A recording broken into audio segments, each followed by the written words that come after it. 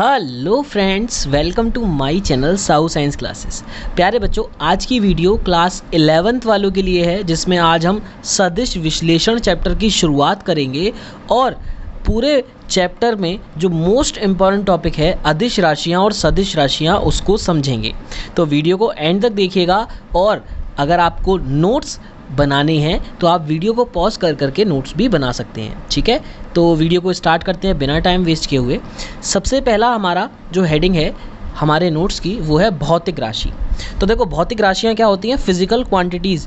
भौतिक विज्ञान में प्रयोग में लाने जाने वाली राशियों को भौतिक राशि कहते हैं। यानी कि भौतिक राशियाँ वे राशियाँ हो जाएंगी जो हम फिजिक्स में उपयोग करेंगे। ठीक है, भौतिक विज्ञान में प्रयोग करेंगे और जिन्हें एक संख्या द्वारा व्यक्त किया जा सकता है, जिन्हें हम एक संख्या द्वारा भी व्यक्त कर सकते हैं। जैसे द्रव्यमान हो गया, वेग हो गया, दूरी हो गया, चाल हो गया, संवेग हो गया आदि। आप बहुत सारे पढ़ने वाले हैं जो कि ये भौतिक राशियाँ हैं।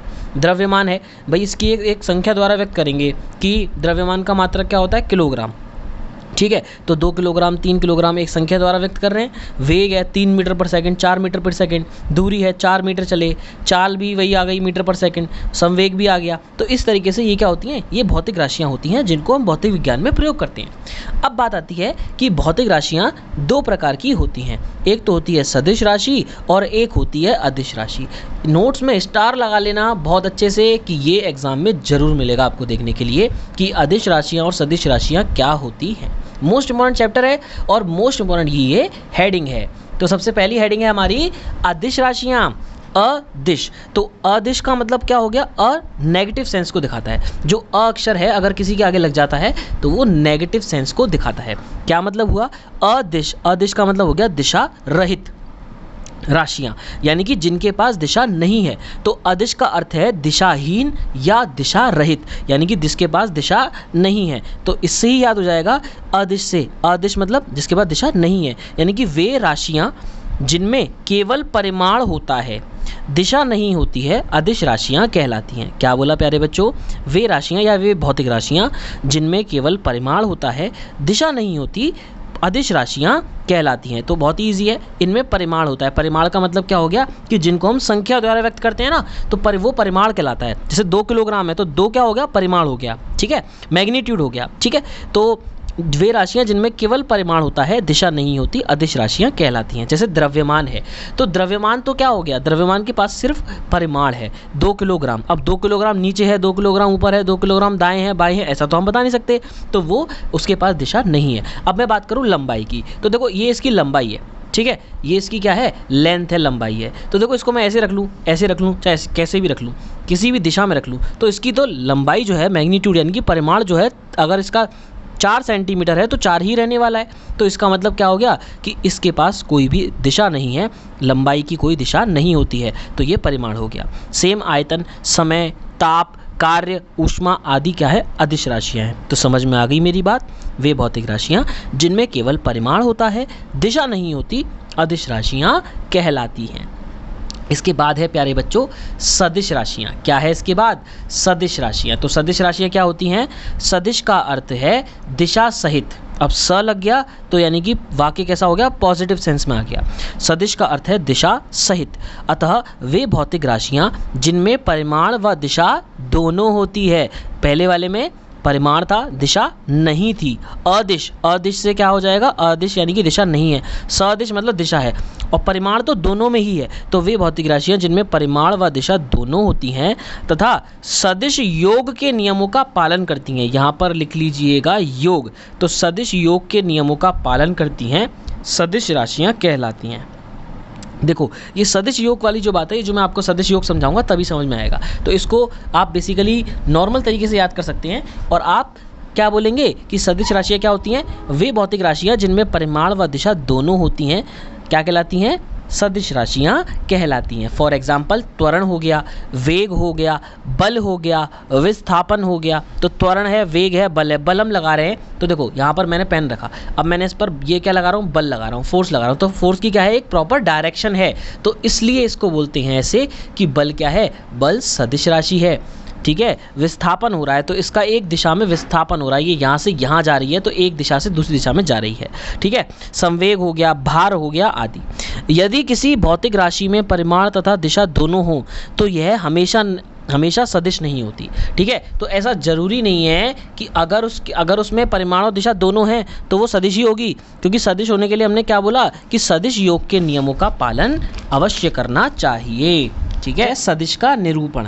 तो सदिश का निरूपण मतलब क्या है कि सदिश राशियों को अलग से कैसे दिखाएंगे, तो सदिश को तीर द्वारा निरूपित किया जाता है। तीर की लंबाई राशि के परिमाण को तथा तीर की नोक राशि की दिशा को व्यक्त करती है।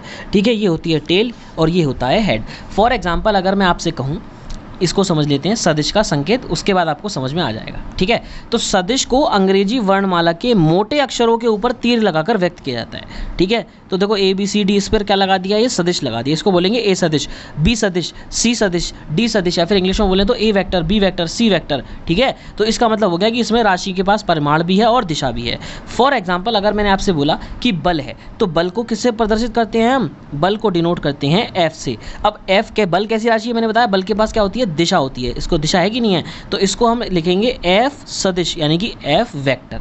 तो F के ऊपर एरो लगा दिया, तो इससे इसका मतलब ये हो गया कि ये सदिश राशि है। क्लियर है मेरी बात। अब आता है सदिश का परिमाण, ठीक है, या मापांक। तो देखो किसी सदिश के परिमाण की माप को प्रकट करने वाली धन संख्या को उस सदिश का मापांक या परिमाण कहते हैं। फॉर एग्जाम्पल अगर मैंने आपसे बोला कि मैंने 3 न्यूटन का बल लगाया है, कितने का, 3 न्यूटन का बल लगाया है, तो देखो बल को तो मैंने ऐसे डिनोट कर दिया F सदिश F वेक्टर। ठीक है, कैसे डिनोट कर दिया, F सदिश F वेक्टर से डिनोट कर दिया।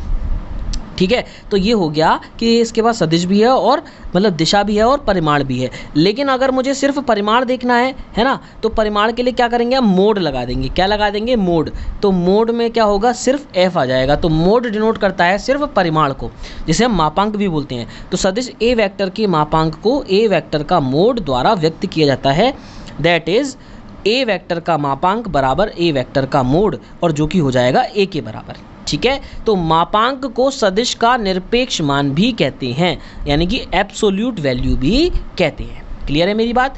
इसके बाद समझते हैं प्यारे बच्चों सदिश के प्रकार, जो कि आपके एग्जाम के पॉइंट ऑफ व्यू से बहुत ज़्यादा इंपॉर्टेंट है, एग्जाम में आपके पूछा जाएगा। ठीक है, तो देखिए सदिश के प्रकार समझते हैं। सबसे पहला आता है समान सदिश। तो वह सदिश जो परिमाण में समान व दिशा में भी समान होते हैं समान सदिश कहलाते हैं। यानी कि वह सदिश जो परिमाण में तो समान ही है ना, और दिशा में भी समान है। तो देखो ये परिमाण, इसकी लेंथ भी इतनी है और इसकी लेंथ भी इतनी है, तो जिस दिशा में ये है उसी दिशा में ये भी है, तो ये दोनों क्या हो गए, बराबर हो गए अगर परिमाण और दिशा में समान है।